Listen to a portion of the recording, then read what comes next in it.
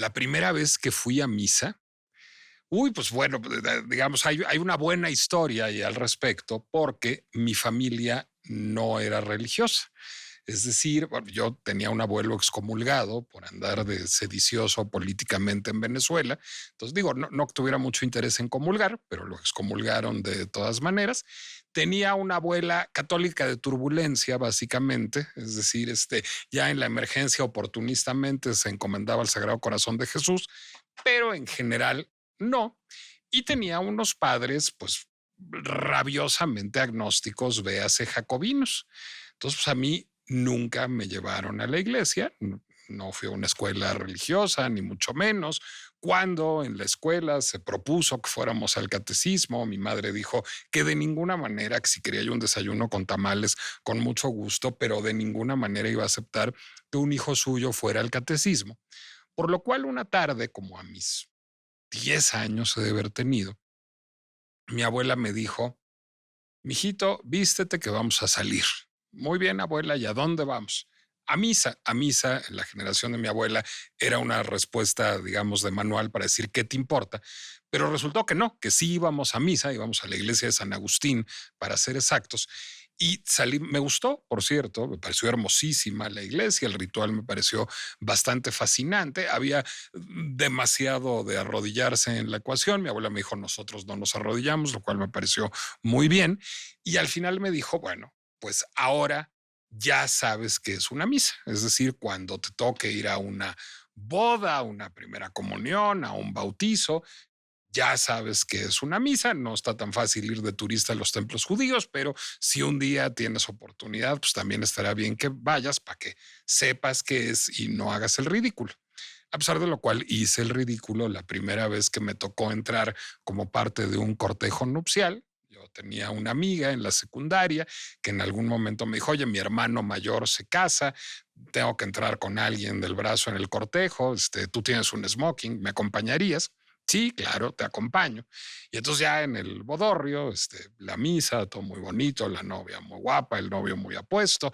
Y entonces en algún momento se exhorta a los feligreses y a mí a darse la paz los unos a los otros. Una buena señora me da la mano, yo le digo Nicolás Alvarado, mucho gusto. Mi amiga me da un codazo que sigue retumbando en mis entrañas todavía, y ahí entendí que era el ritual católico de la paz. A partir de ahí, pues mi relación con la religión católica es muy intermitente, es arquitectónica de manera muy importante. Como a muchos ateos, me gusta mucho ir a visitar iglesias cuando estoy de viaje, pero crecientemente es también intelectual. Y digo crecientemente porque en otras épocas era yo otro, la religión era otra y el mundo era otro. Pues a mí que viniera Juan Pablo II no me interesaba gran cosa, me parecía que ahí había una suerte de histeria de masas y el papamóvil y estas cosas. Pero digamos que a partir de Benedicto XVI me empecé a interesar desde la absoluta distancia con sus ideas, es decir, no me gustaba cómo pensaba, pero me interpelaba intelectualmente. Y me pareció que su gestión de los escándalos sexuales de la Iglesia Católica era interesante, digamos, y era moralmente compleja. Luego me sumé a los muchos fans progres buena ondita del Papa Francisco, que era el Papa progre buena ondita por antonomasia, parece con un historial no tan progre buena ondita en su haber, pero de todas maneras, el que hubiera un acercamiento de la Iglesia Católica a otras formas del género, a otras formas de la sexualidad, por tímida que está fuera, a, digamos, otras culturas, a otras fes incluso, no dejaba de ser digno de loa, y siempre me pareció que el Papa Francisco ejercía un ministerio, digamos, alegre, moral y misericordioso, y que era una figura que estaba muy bien. Luego llegó el Papa León XIV y como buen progre buena ondita me dio escepticismo. No está tan a favor de que las mujeres tengan un lugar en la iglesia, no tiene, digamos, una visión tan cercana a la diversidad sexual, pero no sonaba mal que se hubiera puesto León en memoria de León XIII, el gran papa, pues digamos, creador de la doctrina social de la iglesia, el gran papa de la revolución industrial y que repensó el mundo a la luz de ese cambio de paradigma.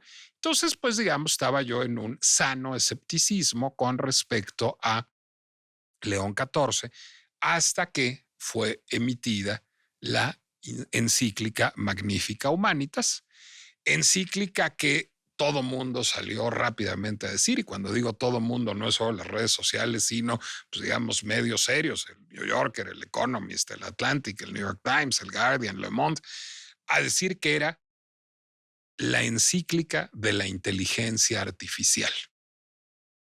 Sí y no, y sí, es decir, sin duda, la inteligencia artificial, a ser un tema que nos ocupa de manera creciente, de manera omnímoda, y al ser, digamos, uno de los grandes factores del cambio de paradigma, no solo tecnológico, sino laboral, social, cultural, económico que vivimos hoy, pues digamos, tiene un lugar importante en esa encíclica y dio lugar a muchos bytes, porque ahora hasta las encíclicas se hacen con bytes mediáticos y esta tiene muchos en medios de comunicación.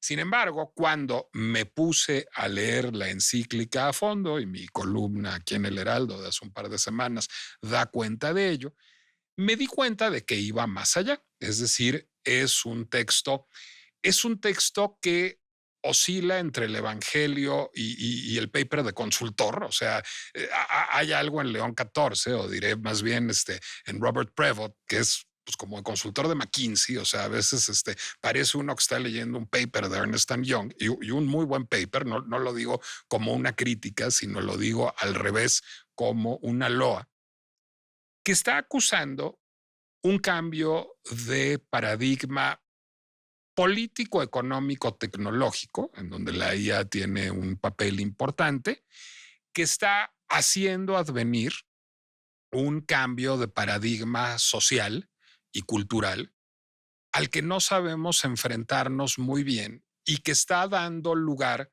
a una suerte de extravío moral.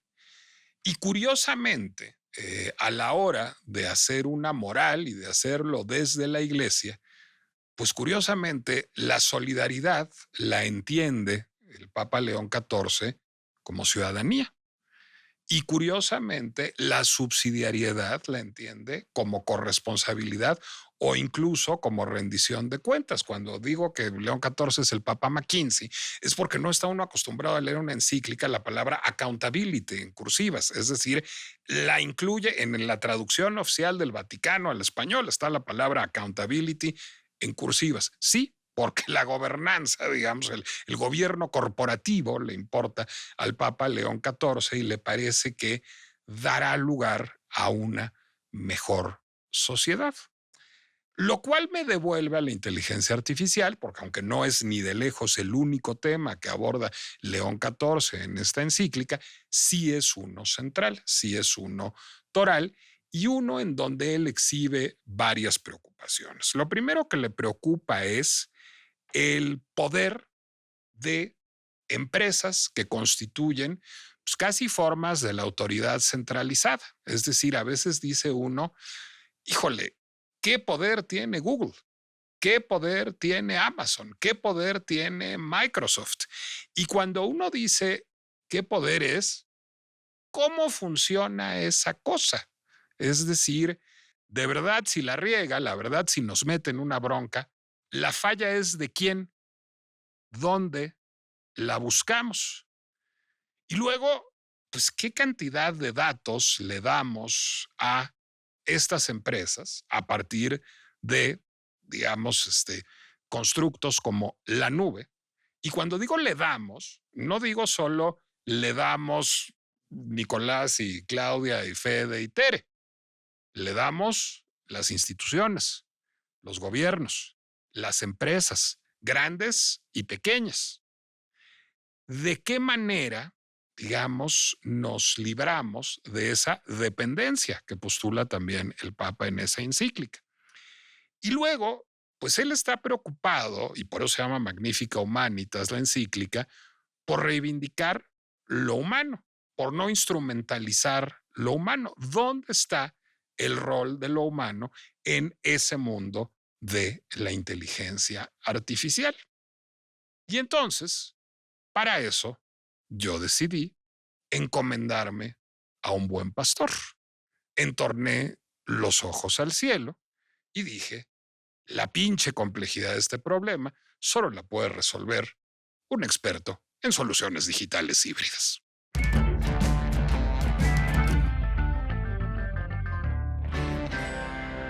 Soy Nicolás Alvarado, me da mucho gusto darles la bienvenida a La Pinche Complejidad, el podcast de El Heraldo Podcast, pues en donde incluso los problemas más complejos los complejizamos haciéndolos pasar de lo divino a lo terreno. Me da mucho gusto que nos acompañe hoy Javier Cordero, él es vicepresidente y director general para NOLA, que no es Nueva Orleans, Luisiana, sino el norte de América Latina, de Red Hat, una empresa de la que ya hemos hablado en la pinche complejidad previamente, y que muy poquito antes de que el Papa León XIV emitiera la encíclica Magnifica Humanitas, pues digamos que estaba haciendo su propia profesión de fe Urbi et Orbi en el Red Hat Summit de 2026. Esta empresa que es una empresa de soluciones digitales a partir de código abierto, que trabaja en una lógica híbrida, es decir, que trabaja con grandes empresas y que va creando, digamos, ecosistemas digitales por proyecto, dependiendo de las necesidades de su cliente, tiene una gran cumbre mundial en donde habla, digamos, de los nuevos derroteros de soluciones de tecnología. Y creo, Javier, que ustedes traen una agenda pues no demasiado lejana de la del Papa. Es decir, ustedes están postulando la necesidad de que las empresas y las instituciones no se encomienden a un solo proveedor de cloud computing o de edge computing. Estaban postulando la necesidad de rendición de cuentas desde la inteligencia artificial, de conocer cómo están funcionando los procesos alrededor y al interior de las soluciones que ahora tienen que ver con la incorporación de inteligencia artificial en las empresas. Hay una discusión moral al interior de Red Hat o es una discusión, digamos, que tiene que ver más bien con el funcionamiento de su ecosistema de soluciones y que tiene inevitablemente derroteros morales? Nicolás, qué buena reflexión estás haciendo y de alguna manera cuando hablamos de la inteligencia artificial nos damos cuenta que estamos en una arena o en un camino donde pocos lo hemos transitado.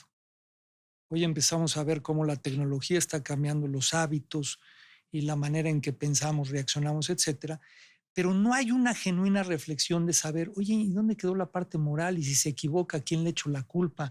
¿O quién es responsable? ¿O quién tiene la accountability, etcétera? Y por lo tanto, ¿cómo lo resuelvo? Además, más allá de lo moral. Y por lo tanto, ¿cómo lo resuelvo? Correcto, ¿no?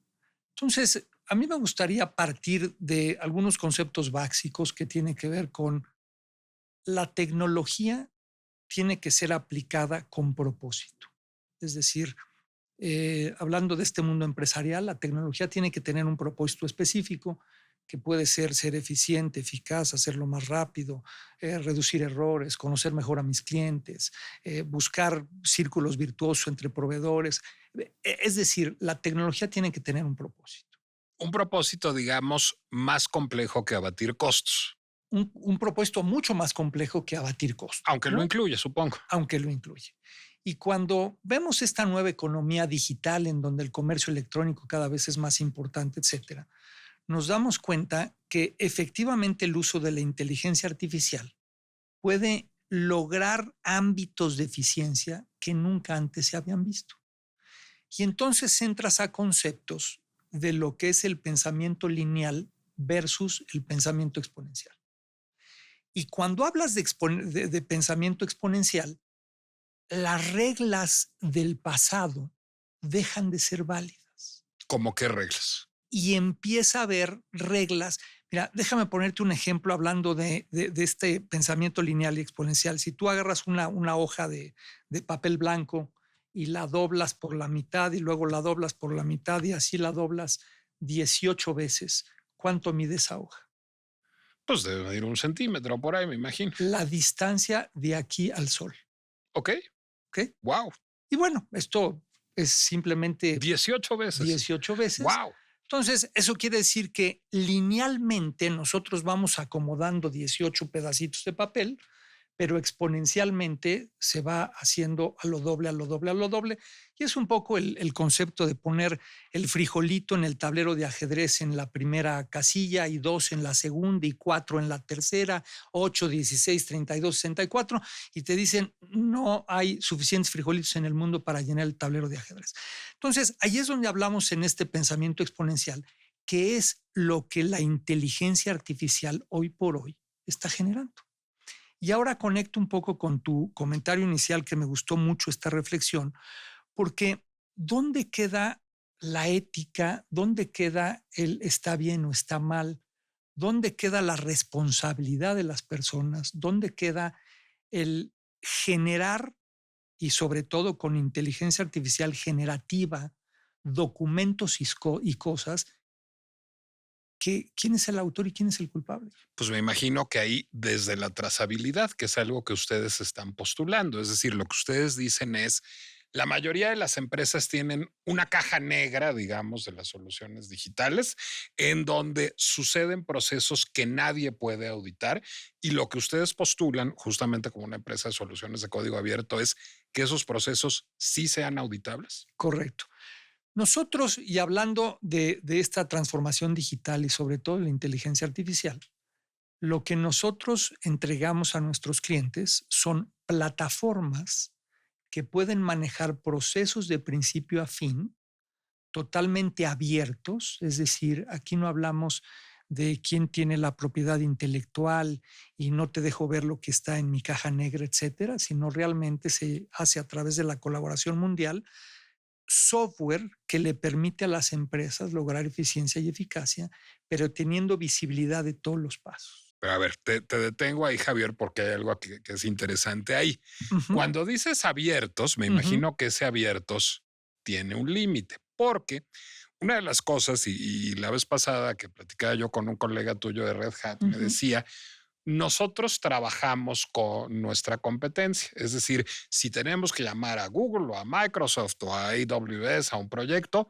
lo llamamos. Si tenemos que tocar la puerta de IBM, que en origen es de donde venimos, lo llamamos. O no, a veces competiremos, a veces era nuestro cliente, a veces era nuestro proveedor, a veces colaboraremos.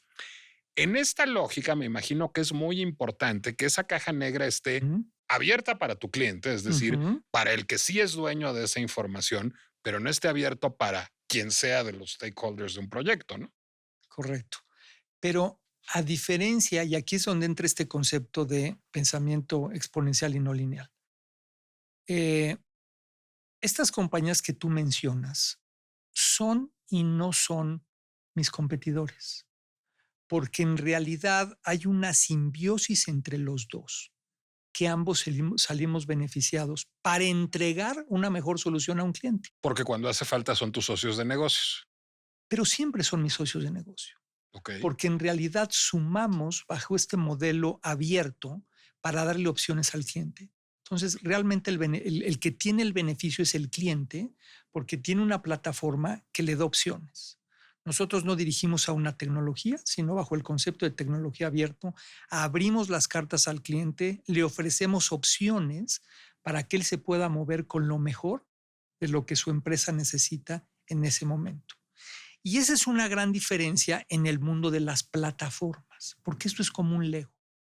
Yo te doy unas piezas de Lego y te digo cuáles son las mejores prácticas para que les pongas en el mejor orden posible para ti, Para construir lo que tú quieres. que no necesariamente es el mejor orden o la mejor construcción para el vecino.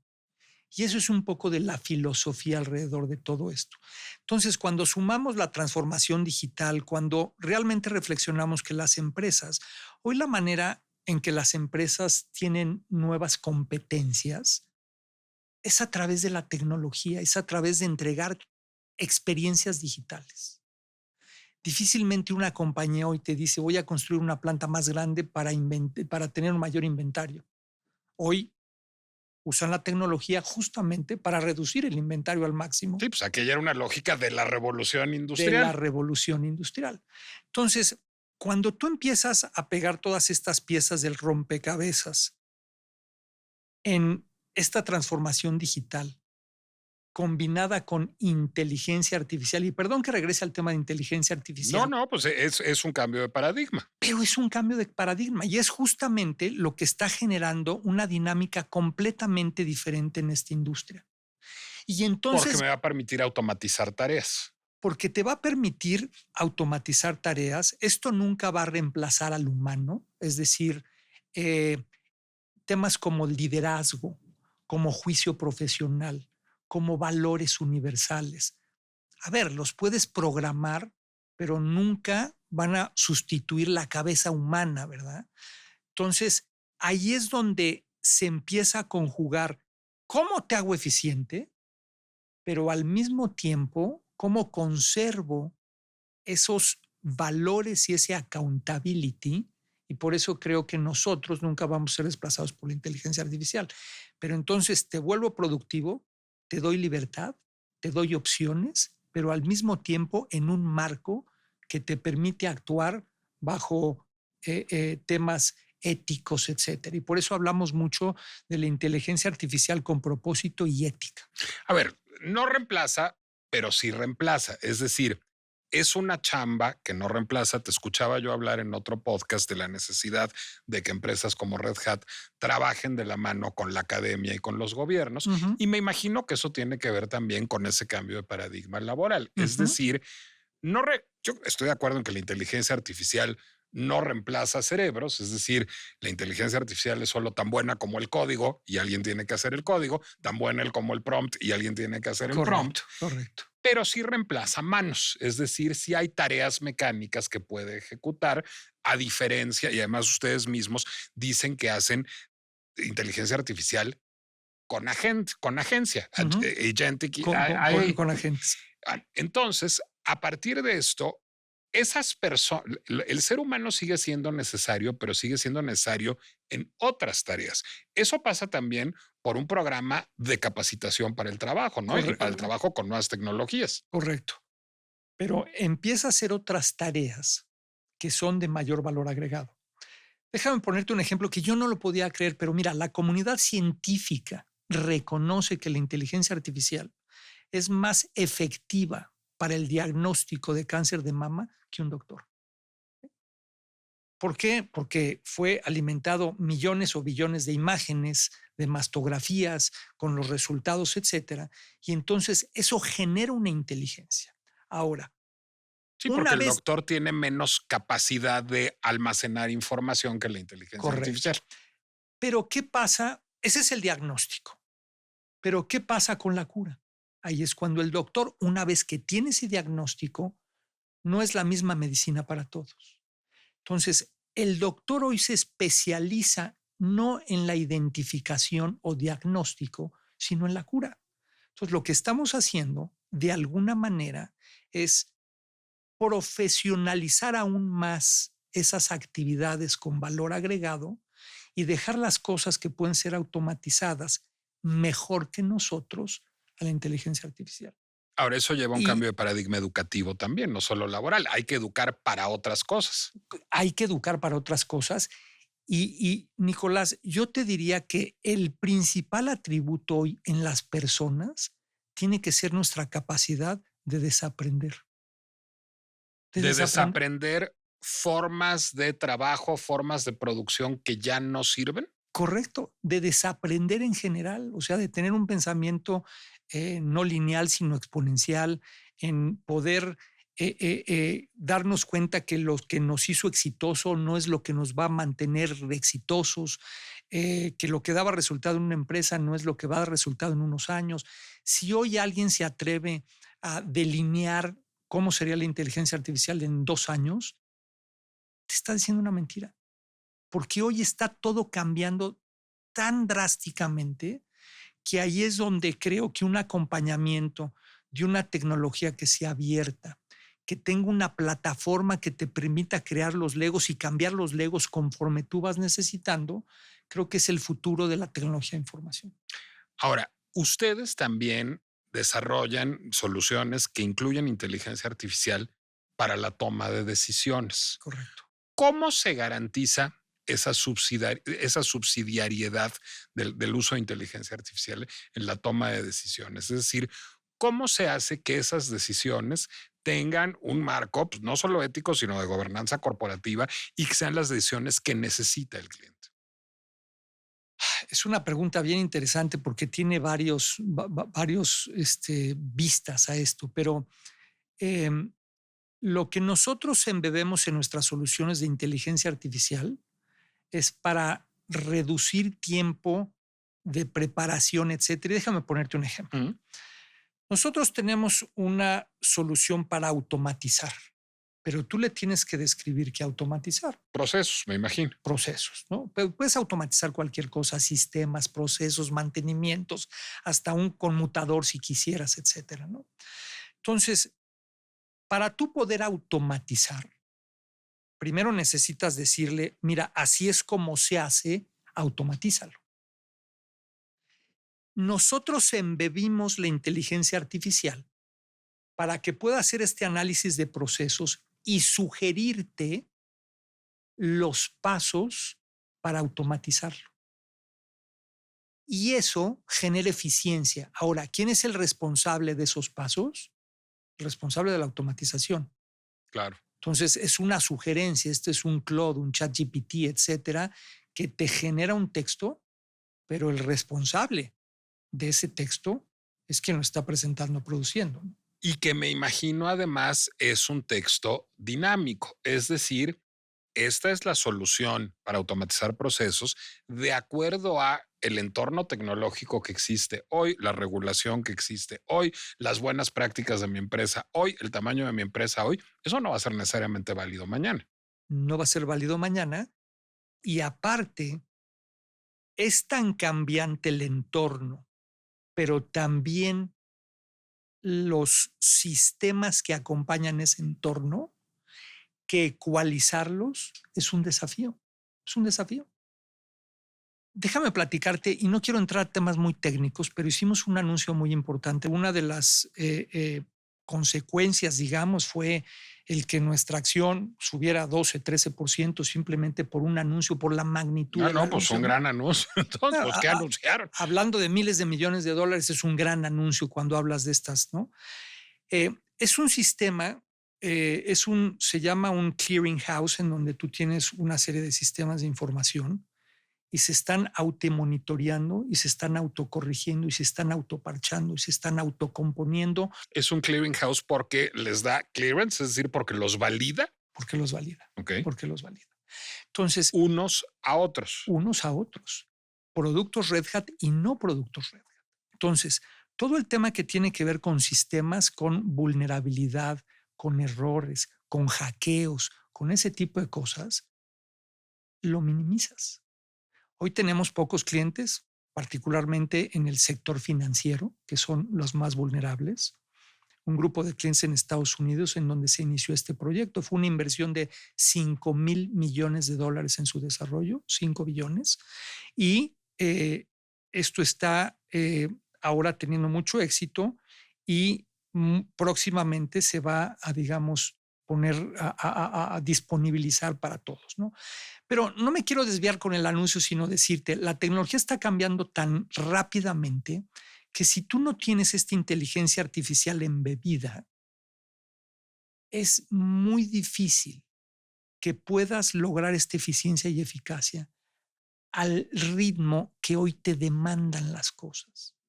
Entonces, hoy hay Incluido que te demandan tus jefes, perdón, me y que te imagino. demandan tus jefes, correcto. Entonces, hoy tienes personas tratando de que los sistemas de información operen bien y haciéndole su parcheo y su mantenimiento, etcétera.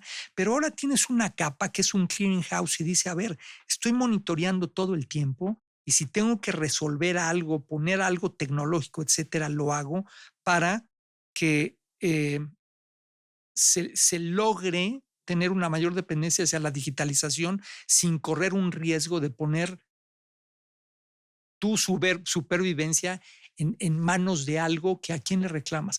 Déjame ponerte un ejemplo. Hablabas de un evento que tuvimos hace relativamente poco tiempo en Atlanta. Yo tenía muchos años de no ir a Atlanta. Esto fue en el centro de convenciones que está en el centro de Atlanta. Y ahí cada vez que pides un Uber, llega, no cada vez, pero muy probable, cada vez que pides un Uber, llega un coche sin chofer. Ok. ¿Okay? Y yo me quedé observando. ¿Era la primera vez que subías un coche sin chofer? No. Era la primera vez que me subí a un show. Sí, es la primera vez que me subí, pero la primera vez que vi tantos. Había visto algunos en Santa Clara, California, pero aquí es una altísima concentración. Pero más allá de la experiencia, yo me pregunto, si atropella a alguien, ¿quién tiene la culpa? La empresa. Si se pasa un alto, ¿a quién van a multar? Si por alguna razón, está bien, es la empresa, pero ¿estás de acuerdo, regresando al planteamiento original, que toda esta tecnología que facilita, que genera eficiencia y eficacia, tiene que ser usada con propósito y tiene que ser usada con principios y con principios universales?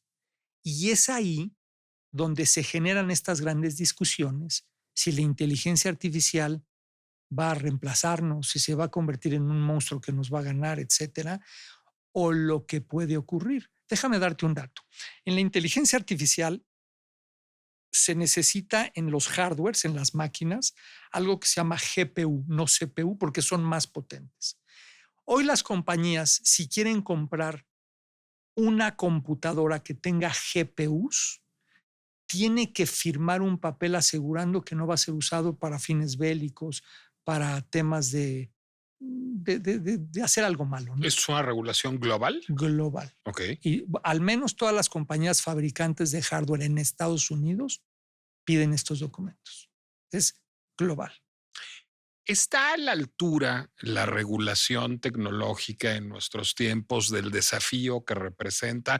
Ni siquiera voy a decir la inteligencia artificial, porque la inteligencia artificial es como el meme de los avances tecnológicos de nuestro tiempo, pero si nos vamos al cloud computing, al edge computing, es decir, a todos los avances vertiginosos que está teniendo la tecnología en nuestros tiempos, ¿la regulación está a la altura o va necesariamente a la saga? Mira, yo creo que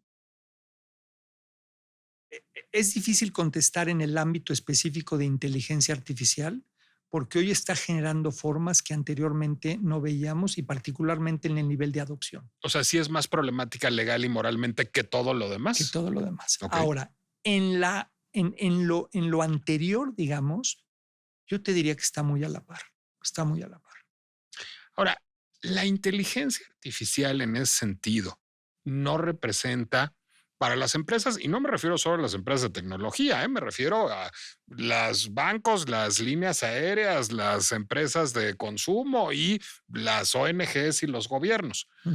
No representa también, digamos, un exhorto a la gobernanza, es decir, hay una tentación, digamos, al abuso, y el Papa la refleja muy bien en la encíclica, pero me imagino que en algún sentido también hay una obligación a la automoderación y a la gobernanza, pues simplemente porque las consecuencias podrían ser funestas, no solo en términos morales, sino en términos de daño reputacional, para ponerlo en los términos más mercenarios posibles. Es decir, es una discusión que se está dando en este momento de manera importante al interior de la industria. Es una discusión que se está dando, y muchos de nuestros clientes, más que estar preocupados por la tecnología que utilizan, es el modelo de gobernanza.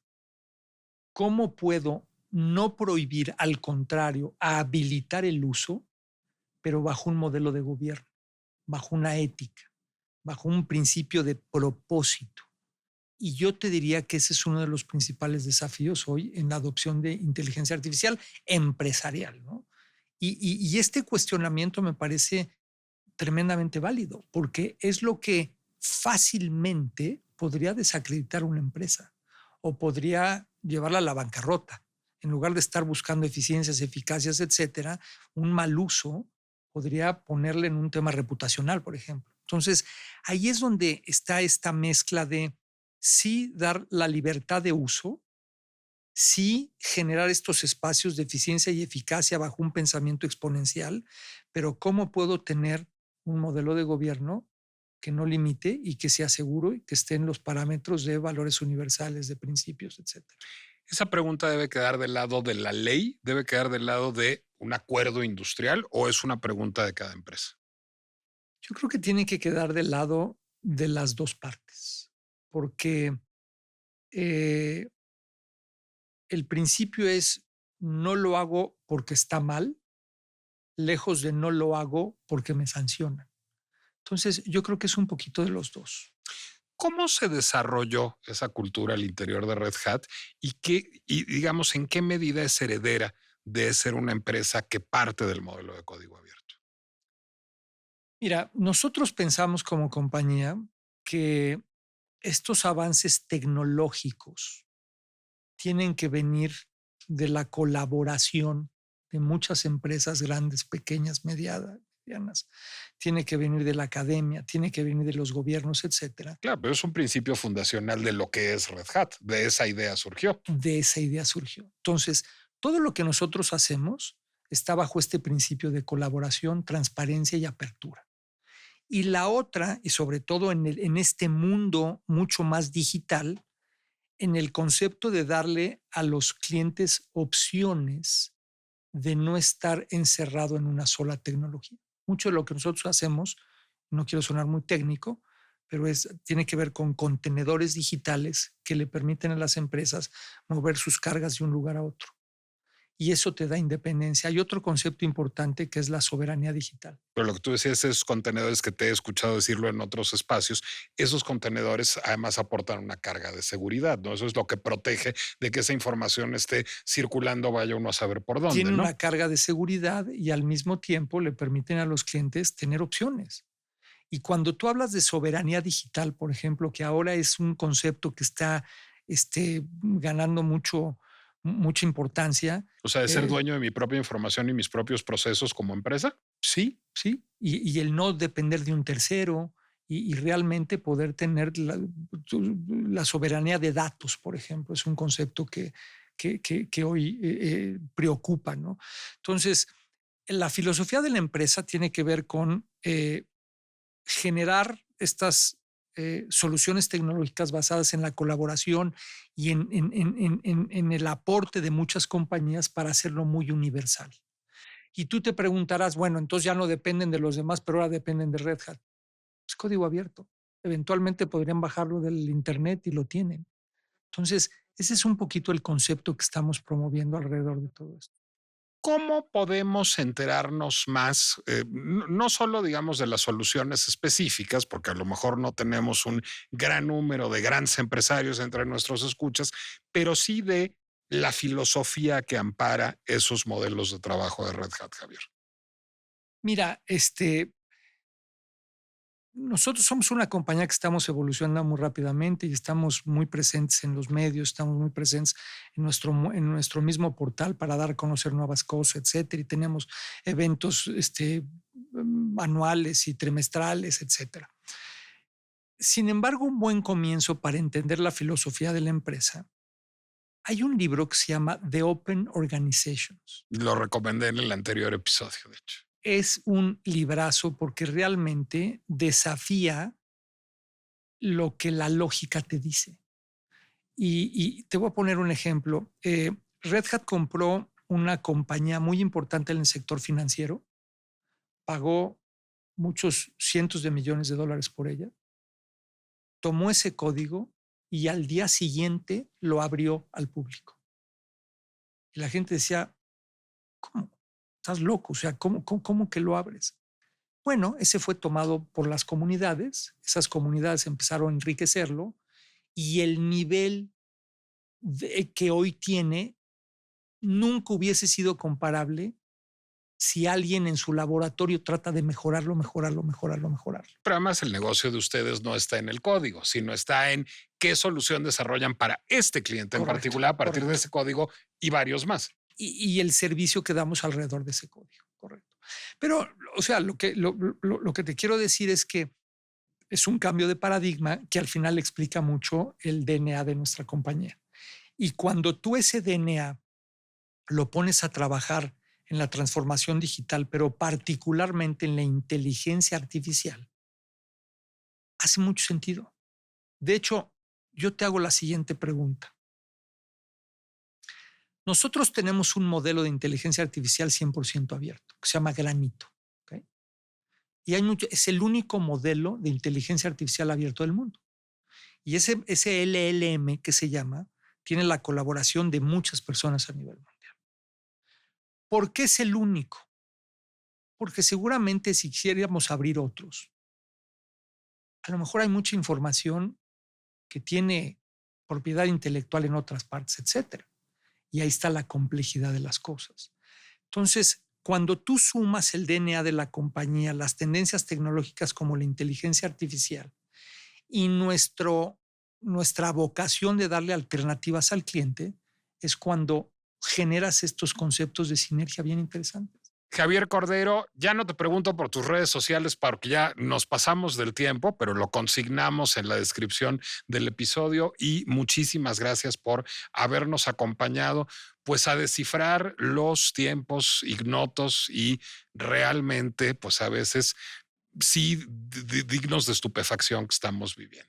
Nicolás, muchísimas gracias porque genuinamente tienes la particularidad de humanizar algo que luego es bien difícil cuando se habla de tecnología pura. Así que muchas gracias. Ustedes también. Muchas gracias. Yo soy Nicolás Alvarado. Me pueden seguir en Instagram y en Threads en Nicolás Alvarado Lector, leer en El Heraldo de México los miércoles. Y les recuerdo que La Pinche Complejidad es una producción del Heraldo Podcast que pueden consultar en Amazon Music, Apple Music, Deezer, YouTube y cualquier plataforma donde acostumbren ustedes escuchar podcast. Y yo me despido recordándoles que a lo mejor Dios no juega a los dados, pero sí juega a los datos. Nos escuchamos la próxima. Heraldo Podcast, un lugar para tus oídos.